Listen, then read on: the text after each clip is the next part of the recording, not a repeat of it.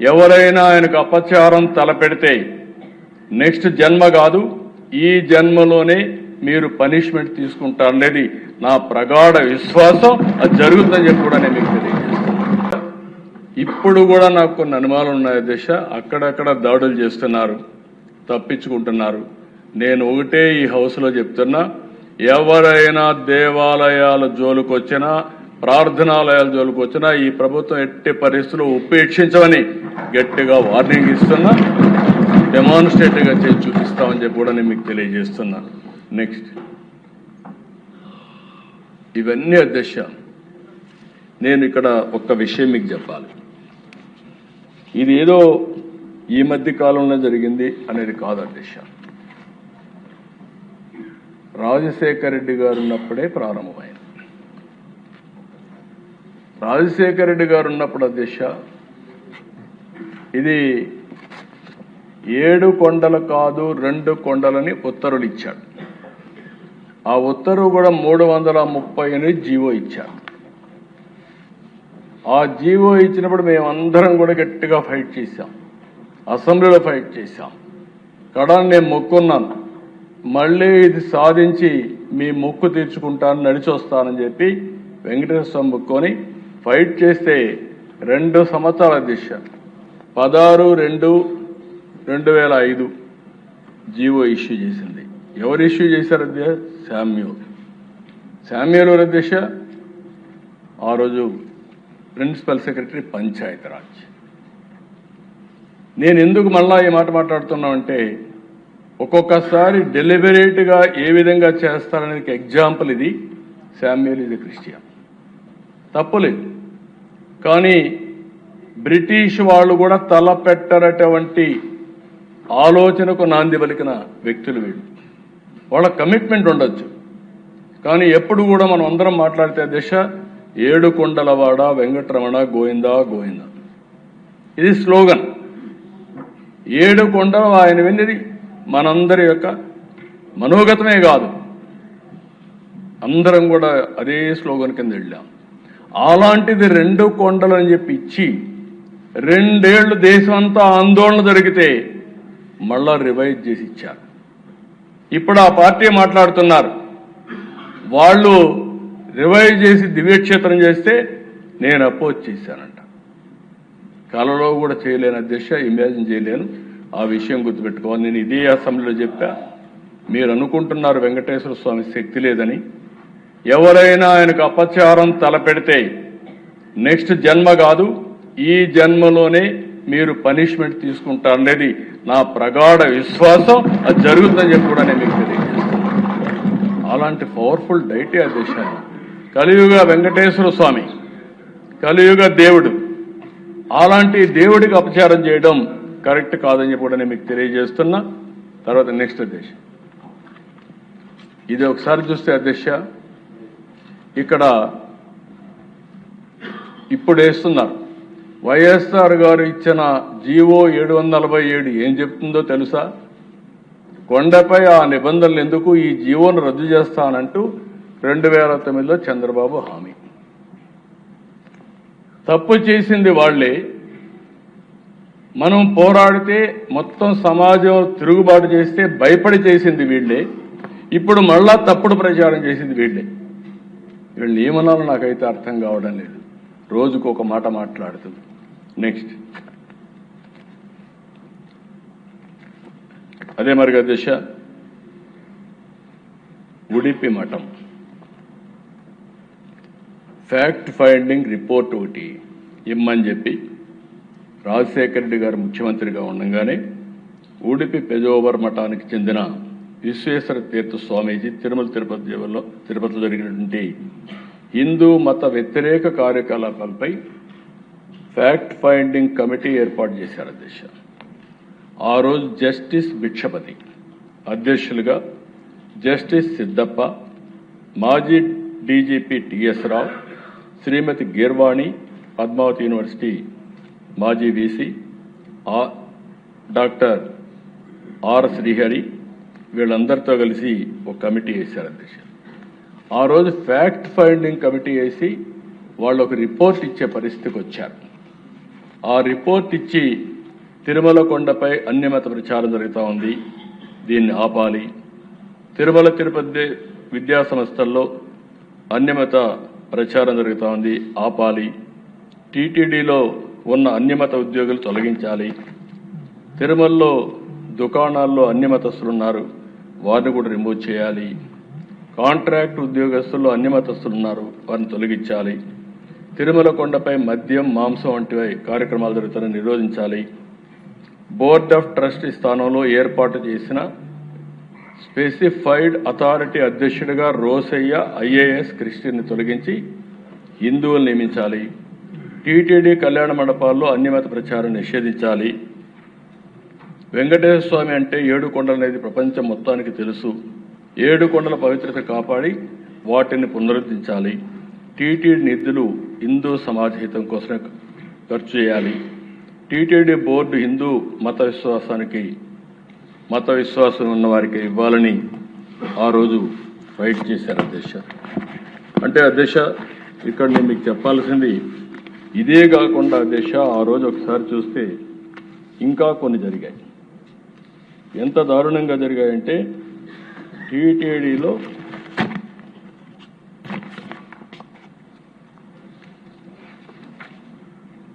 సాక్షాత్తు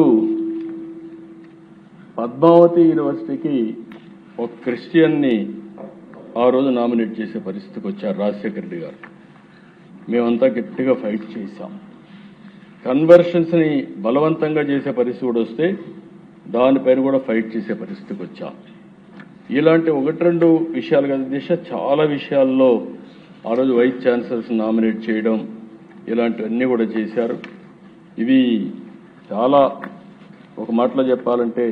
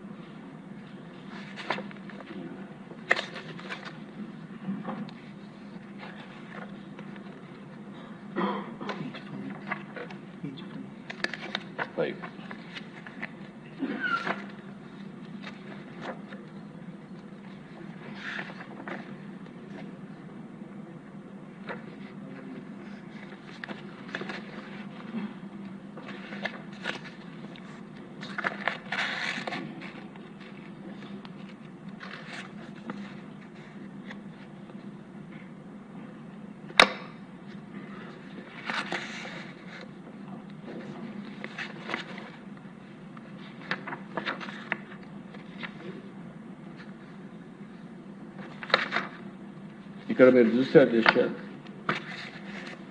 ఆ రోజుట్లోనే SV university కాలేజీలో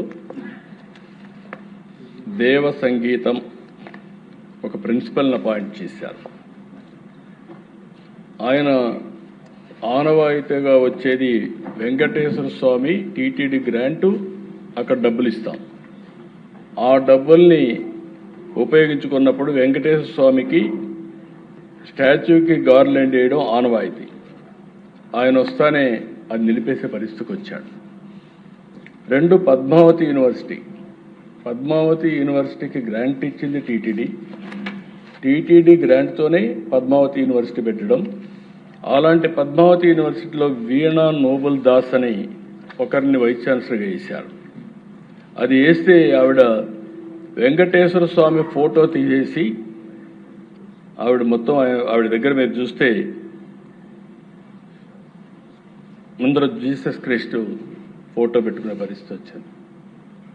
ఆ రోజుట్లో మేమందరం ఫైట్ చేశాం. ఇది మంచి పద్ధతి కాదు, మీరు తప్పు చేస్తున్నారు అని ఆ రోజు మేము ఫైట్ చేసే పరిస్థితికి వచ్చాం. ఇలాంటి సంఘటనలు 1-2గా దిశ, నా దగ్గర చరిత్ర ఎవరు మార్చలేం. చరిత్ర అంతా కూడా చాలా స్పష్టంగా ఉంది. ఈరోజు దిశ చాలామంది మీరు చూస్తే మట్టుకు సంబంధించినటువంటి పెద్ద జేఈం గారు, ఆయనే ఒక లెటర్ రాశాడు ప్రధానమంత్రికి, ముఖ్యమంత్రికి. అన్యాయం జరుగుతూ ఉంది, జరిగింది, దీనిపైన మీరు యాక్షన్ తీసుకోండి అని చెప్పి మొన్నే జరిగిన అన్యాయం మీద చాలా క్లియర్గా we believe that the honourable prime minister A devout follower of సనాతన ధర్మ హిందూ ధర్మ will establish a robust system to prevent such transgressions from occurring in Tirumala in the near future. We pray that Lord Sri Venkateswara, the God of gods, may bestow upon you the strength to protect rightness, the firm resolve to safeguard the sanctity of our temples, and the restoration to uphold our traditions and values. అని మాట్లాడుతూ నాకు కూడా ఒక copy పంపించే పరిస్థితికి వచ్చాడు. అదే మరిగా యోధగిరి ఎత్తిరాజు మఠ్ వారు ఒక ఆందోళనతో వారు ఒక లెటర్ పంపించడం, ఇంకొక పక్క శ్రీ వ్యాసరాజ మఠ్ వారు ఒక లెటర్ పంపించడం, ఇంకొక ఈ విధంగా దిశ చాలామంది. ఇంకొక పక్కన మన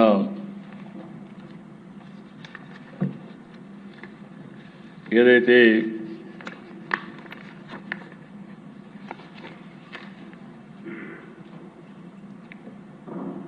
రాఘవేంద్ర స్వామి మఠ్ నుంచి కూడా ఆయన ఒక లెటర్ పంపేయడం. అంటే అధ్యక్ష నేను ఏమంటున్నానంటే ఈరోజు మనం చూసినప్పుడు దేశంలో అందరూ ఆందోళన చెందుతున్నారు. నేనేదో ఒక ఈ విషయమే కాకుండా మిగిలిన విషయాలు కూడా మనం గుర్తుపెట్టుకోవాల్సిన అవసరం ఉంది. ఇది ఒక పద్ధతి ప్రకారం చేసి ఇంకొక పక్కన దిశ ఇవన్నీ ఒక ఎత్తైతే అన్నింటికంటే ప్రమాదకరమైన సూచనలు మీరు చూస్తే వీళ్ళ బిహేవియర్ చూస్తే వీళ్ళు చేసిన తప్పుల్ని వేరే వాళ్ళపైన వేసేయడానికి ప్రయత్నం చేస్తున్నారు. నాకు అది చూసినప్పుడు చాలా బాధేస్తుంది అధ్యక్ష.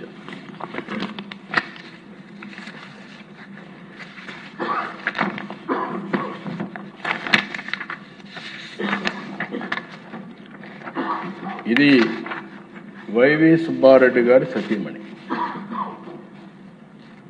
ఆవిడ బైబిల్ పట్టుకొని తిరుగుతా ఉంది. సుబ్బారెడ్డి గారు చైర్మన్. ఆవిడ బైబిల్ పట్టుకొని తిరుగుతుంది. సుబ్బారెడ్డి గారు వచ్చి ఇక్కడ టీటీడీ బోర్డు చైర్మన్గా ఎలాంటి పనులు చేసే పరిస్థితికి వస్తారు. ఇంకొక పక్కన దేశ 1-2 ఆర్టికల్స్ కాదు దేశ, వందల కొద్ది ఆర్టికల్స్ టీటీడీ పైన, తిరుమల తిరుపతి దేవస్థానం పైన విషం గక్కే ఆర్టికల్స్. కడాన మీరు ఒకసారి చూస్తే దిశ ఇవన్నీ కూడా